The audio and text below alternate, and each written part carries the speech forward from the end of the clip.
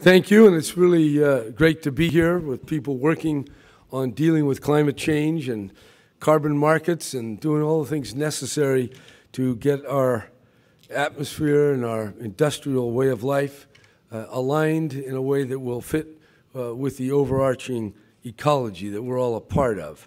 California is a pioneer in many ways. We have a lot of critics, and certainly we have our faults and failures and mistakes.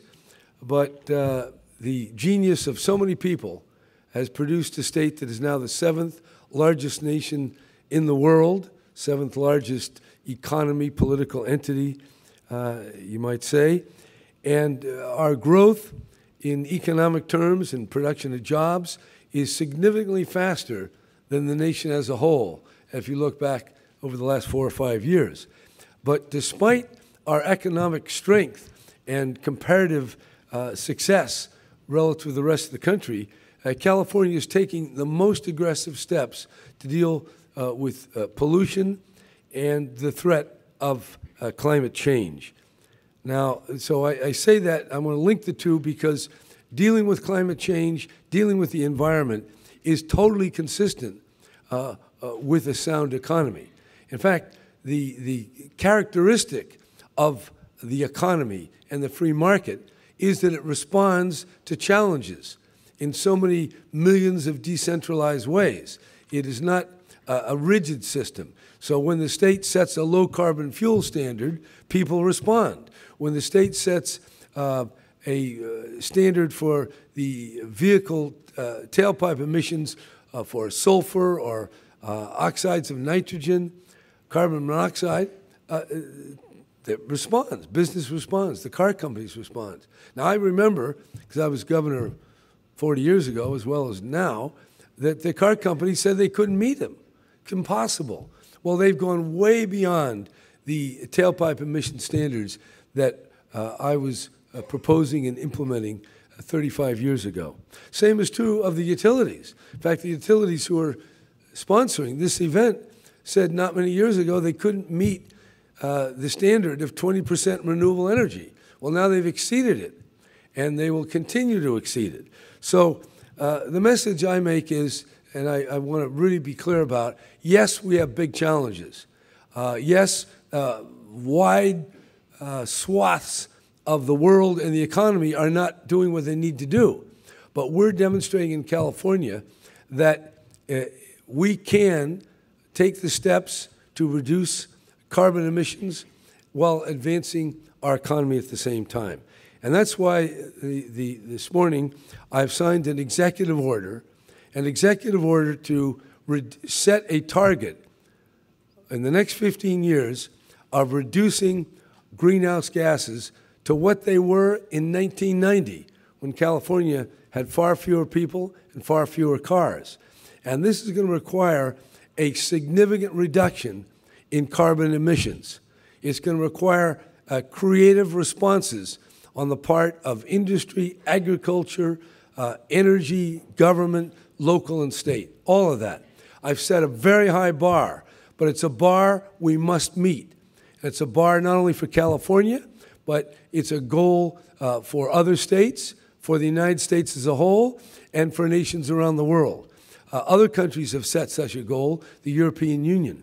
But in North America, California is now setting the pace, and we're very serious about it. We're going to take whatever steps are needed to get the job done because our future depends on it. We know we're in the warmest year, the warmest quarter of this year that we've ever seen in recorded history. We see that as we dump billions of tons of greenhouse gases, the climate is affected. You can't have 7 billion people on the planet with 1 billion cars and all the other technological impacts and not see a change in the climate. So we have to adapt. We have to change, and we have to prevent what the result will be if it's business as usual. Now, we have a lot of opposition. The leadership in the United States Senate and in the House takes this very lightly. They poo-poo it. There's no problem. In fact, one of the senators from Oklahoma he had a little snowball in his hand. He said, that proves there's no such thing as global warming. Well, that kind of magical thinking leads to disaster. And if the federal government in the legislative branch can't get it right, then we in California are going to do our part to take care of business here, but to stimulate some intelligent response over there on the other side of the Potomac. So what you're doing here, you're going to have to carry it out. We've got a carbon price here. Our cap and trade is working.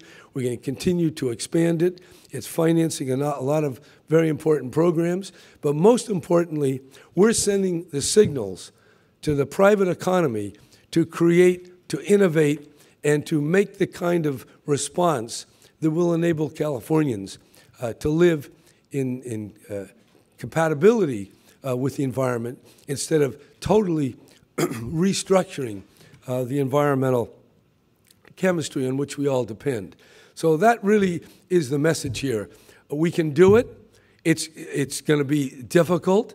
We're going to go about this carefully. This is not just a political statement. This is an operative set of instructions that will be spearheaded by the Air Resources Board and other agencies, and we're going to do everything we can to get it done in a practical, economic way.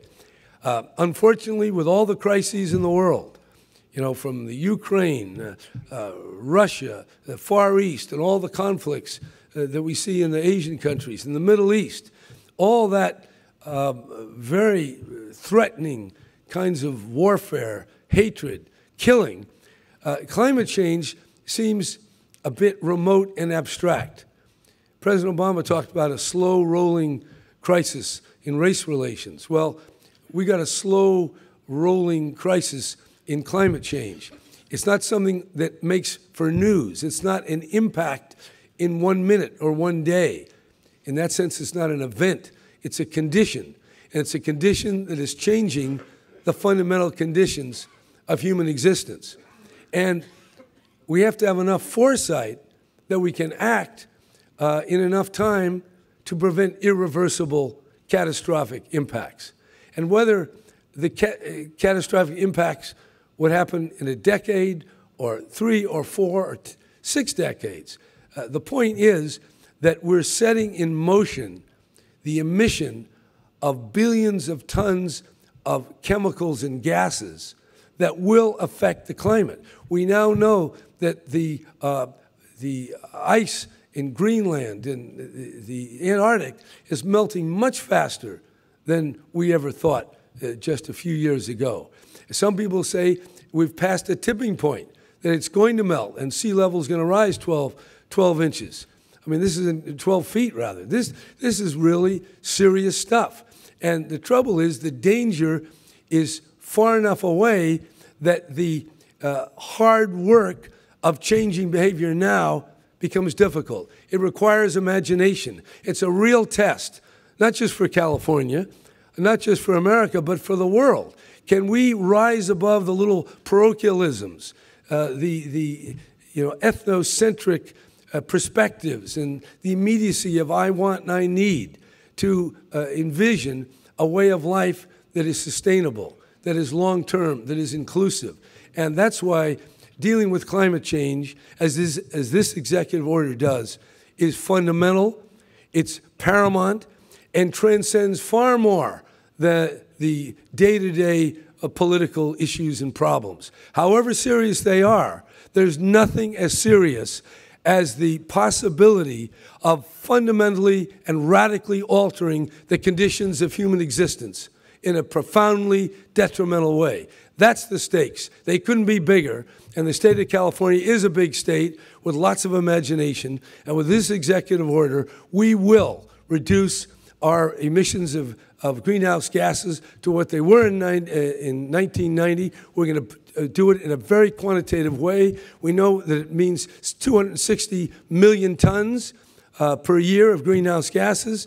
Today, we're probably at around 450, so we know where we have to go, and we look to you to help us get there. But nothing will stop us, because sooner or later, whether they're in Congress or whether they're in an oil company or whether they're just in an ordinary classroom, people will get the truth. The truth will make us free, will win out, and will save our planet because we know we have to, and we know we can, because we have the tools to do so. Thank you very much, and good luck in your proceedings.